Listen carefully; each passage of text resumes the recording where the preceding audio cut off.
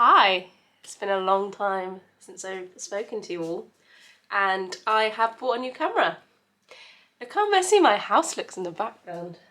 Anyway, hi, so today I've taken Monday off and I thought that we would go and find some wild garlic because that's the really pretentious thing that lots of people seem to do. So I'm going to go off on a drive to Hook Norton, which is kind of near where I live, and we're going to go and find some wild garlic with my dog Stanley. Can you hop up? Say hello? Hop up. Hi. Here he is. He's become a very big boy and he likes giving kisses. So we're going to go on a walkies. Shall we? That sounds like a yes. So we'll see you then.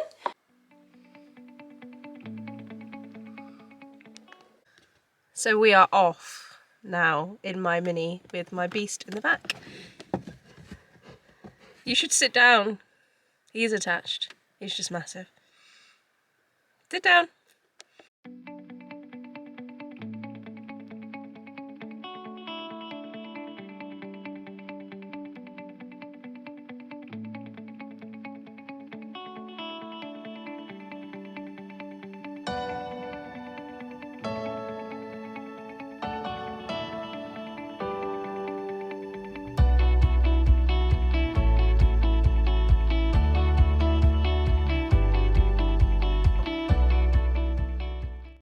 So we made it to Hook Norton and we found all this wild garlic, which is amazing, and I cannot wait to use it.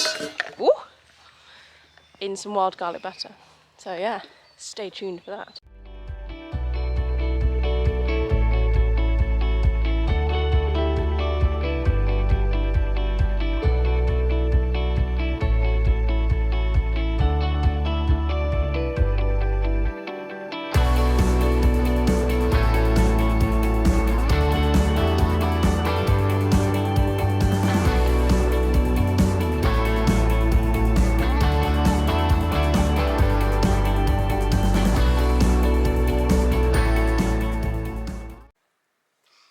Hi, so we've just got back and that was really lovely. It was actually really muggy out there, but it was lovely and it's nice to have some spring on the way, I hope. So you'll see I've just kind of rinsed all the wild garlic and I'm about to basically just wash it, blend it up with some butter and then freeze it. But I thought I would do a quick story time as I haven't done one of them for a while. So I'll pull up a seat and have a chat. Hello. So this one, do you know what I found the other day actually, which I found really interesting, was on my phone I found a list of all the old calls or some of the last calls I took as a call taker, because my team leader kind of screenshotted, like took out all the kind of identifiable information. There's a word, isn't it, when you dock it, I think, is that it? So basically, he gave me a list of all of my calls that I took, which I found really interesting. So they were all 101 calls. There's a couple here that I took. So you put it in the brief details. So this one, it says, caller is being attacked, has been slapped in the face by lodger. That was the brief details, that's what goes across to control. Caller's 6-year-old daughter has been slapped by her father. Daughter came back from her dad's today and has a bruise on her face. I don't know if I've spoken about this one, but I didn't realise this was on here. Motorcycle hit by car, no level of injuries just yet. 23-year-old male, car pulled out, motorcycle went into the side of the car. I can't remember if I've spoken about this one, probably. That was a horrible one. Trigger warning, if you don't want to go any further then don't. But somebody basically died but is now back alive. So that's the incredible power of ambulance, paramedics, defibrillators, defibrillators, I can never say it. Basically, I had a 9 to call. I've probably already said this. If I've already said this, then do just ignore it, but you know, I don't remember what I've spoken about because I am absent-minded. So basically, a vehicle, female in a vehicle, was driving down the straight road, and she was waiting in the line of traffic to turn off. I had to turn right across her road because we were on the left hand side and going right. You have to cross the line of traffic coming down towards you. As she was coming across, you know, it was all clear. A motorcycle from really far back came out, overtook, and as she turned, crashed into the side of her.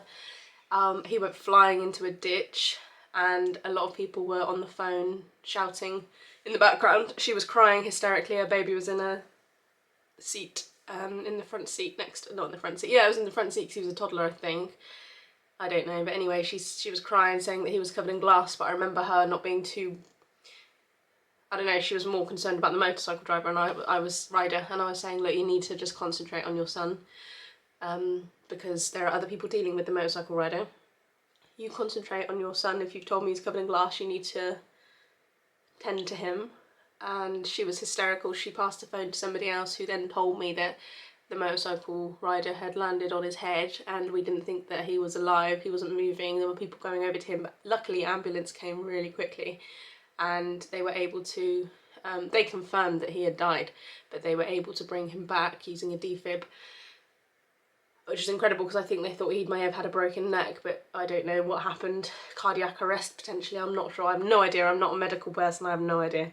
But anyway, I remember looking back on that log for my peace of mind, and it turned out he was fine.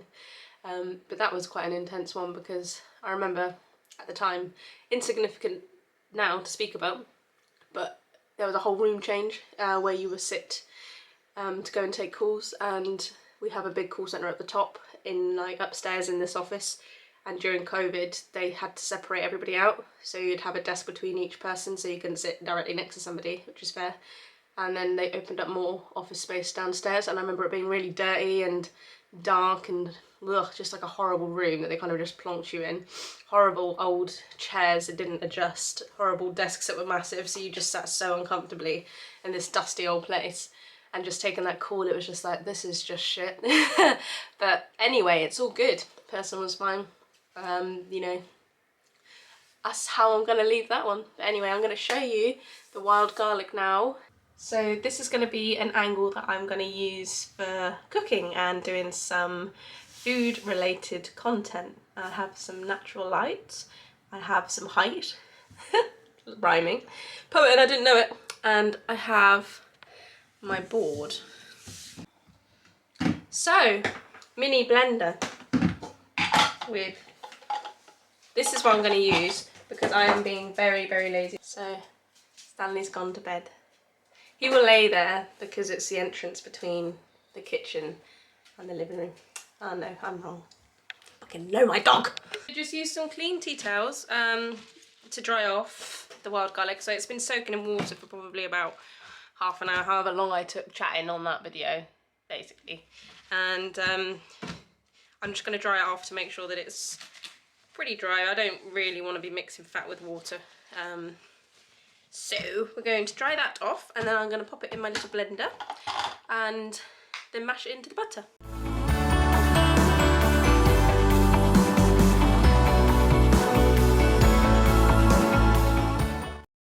So Stanley is in his favourite people watching place.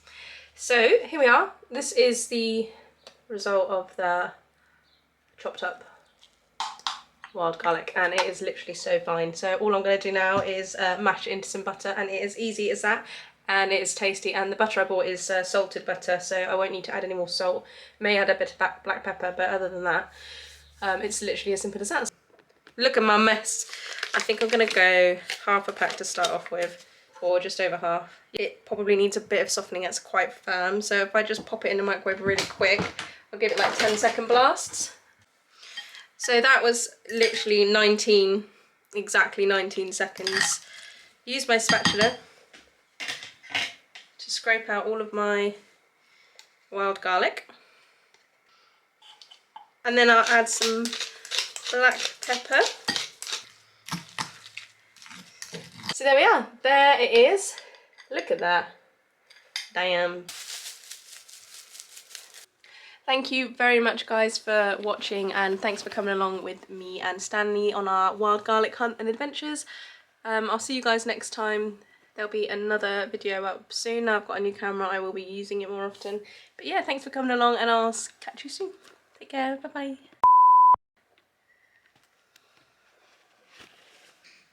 Why can't I stop recording this?